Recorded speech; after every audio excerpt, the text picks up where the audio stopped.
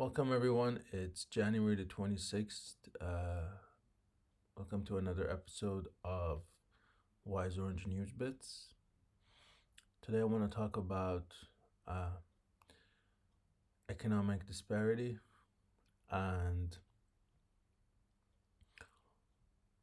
what's going on with that currently in the world. So, if you've been following the news, there's economic data out. There is the World Economic Forum happening right now. And a lot of people have lost their jobs. Average income for regular folks has gone down significantly, and the rich have gotten a lot richer. So, middle class or lower class people have gone down, and the rich have gone up. Um, that's to put it in simple terms. I'm sure some people would argue with me about what I just said, but that's the gist of what I understand is happening, and I think this has been happening for a while. It's just been expedited because of the COVID virus. Um,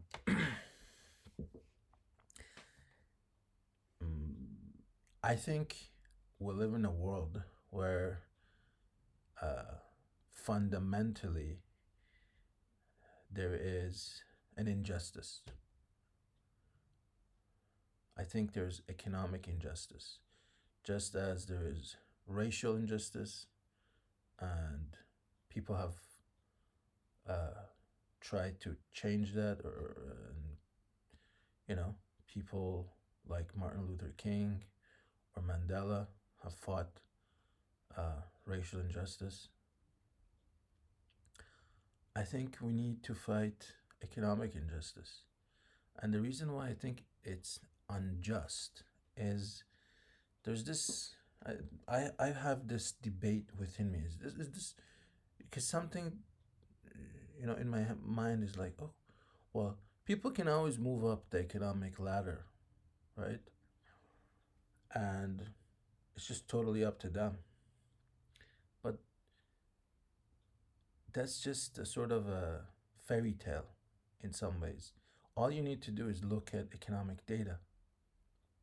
I think most people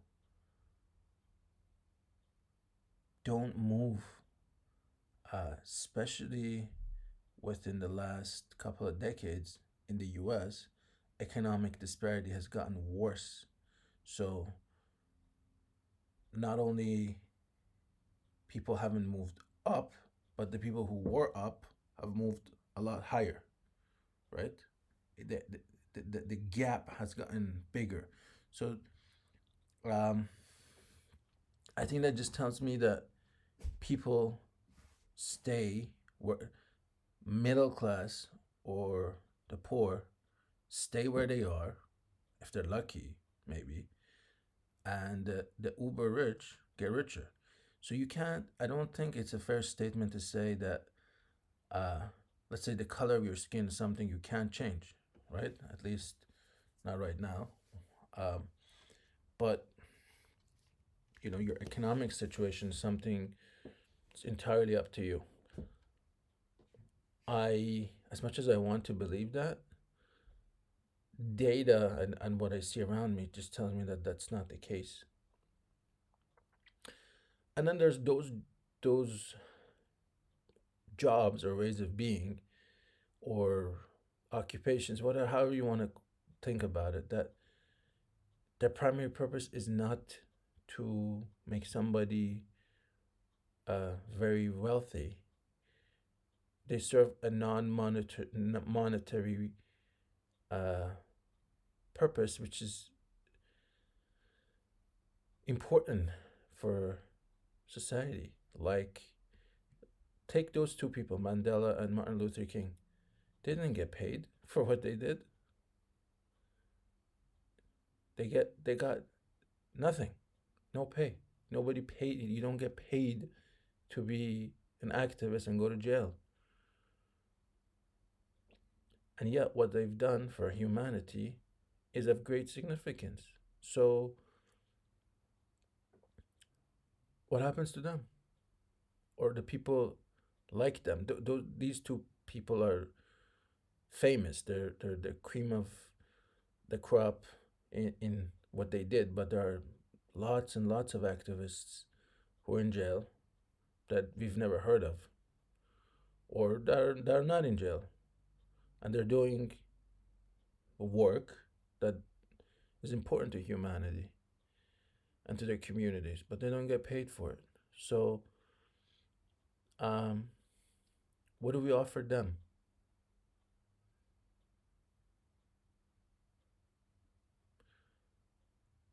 Or people like, let's say, Einstein. Everybody knows Einstein, but he was just a physics professor.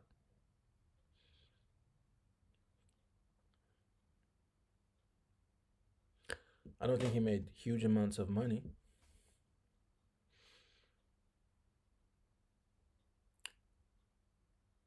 Take, I would like to, put this question out there that has Jeff Bezos made more of a contribution to humanity or Einstein? Jeff Bezos has a lot more money than Einstein does. So, and I just put that question out there because I feel like I want to make the point that a lot of occupations and what people are good at and what people spend their time at are not necessarily rewarded by cash. So, this assumption that every kind of valuable work, or mothers, just people raising mothers or stay at home parents, they don't get paid. Is their work not valuable? So there's a lot of valuable work being done for which people don't get paid. And if they stop doing those things, then society would collapse. So that's one thing about um, economic or monetary mobility. What I want to say here is I think it's what's unjust. This is how I started this video. Is what's unjust is people who provide value to society not having um, not being rewarded in the most basic ways. I think healthcare should be something that is, let's say you don't want to provide it to everyone, right? If you're just doing nothing, you don't get healthcare. But if people are providing some kind of a value, I think we need to change the way we view value. Uh, it's it, value can't just be measured by how much people are willing to pay for what you're doing, because you may be doing something significant that is good for the community or for uh, people you love, but they're not willing to pay you for it. There's no way to measure what you're giving them. So if it's not measurable, people aren't paying for it usually. And I think we need to change that. And I think we need to change our taxation systems. And I think that if we don't reform our economic systems are broken. I don't think they reflect the reality of uh, what's happening and what people are putting in to society. I don't think they're getting compensated for it. That's how I see it. And I think if we don't do that, the ramifications are huge. I think, s- especially with the coronavirus, what I see happening is uh, polarization of the world. Uh, Basically, uh, the haves and the have-nots, and this is grow. It's happening very quickly.